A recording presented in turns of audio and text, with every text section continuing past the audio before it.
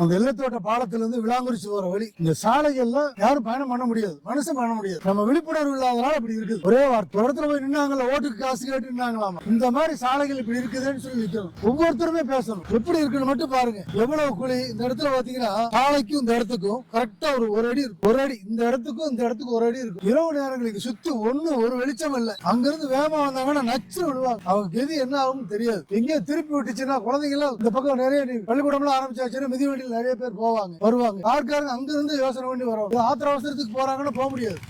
ஆம்புலன்ஸோ கர்ப்பிணி பெண்களோ முதியவர்களோ போனாங்கன்னு வச்சுக்கோங்க, கீழே போகணும். அந்த பக்கம் தண்ணி இருக்குது, எவ்வளவு அந்த பக்கம் வேற என்ன குழி இருக்குன்னு தெரியாது. இதை பத்தி எல்லாம் யோசிங்க. மக்கள் ஒவ்வொருத்தரும் விழிப்புணர்வோட இருக்கு. இந்த சாலைகளை பயணம் பண்றீங்க, எனக்கு என்னன்னு போக நம்ம நினைச்சா தான் மாறும். மாற்றம் எதுவுமே நம்ம நினைக்கணும், அப்பனா தான் மாறும். இல்லன்னு இப்படியே தான் இருக்கும். அடிமை நினைப்போட இருக்காதீங்க, தைரியமா இருங்க, நம்பிக்கையோட இருக்கு. என்ன கொடுமைக்கு ஆளாகுதுன்னு பாருங்க. சாலைகள் எவ்வளவு கேவலமா இருக்குன்னு பாருங்க. யோசிக்கலைன்னா எந்த மாற்றமும் வராதுங்க. அதனால ஒவ்வொருத்தரும் விழிப்புணர்வோட இருங்க. என்ன நடக்குது, நம்மளை சுத்தி என்ன நடக்குது, எப்படி நடக்குது, ஏன் இப்படி எல்லாம் இருக்கு அப்படின்னு யோசிங்க. ஒவ்வொருத்தரும் யோசிச்சோம்னா தான் ஒரு நல்ல ஒரு மாற்றத்தை கொண்டு வர முடியும்.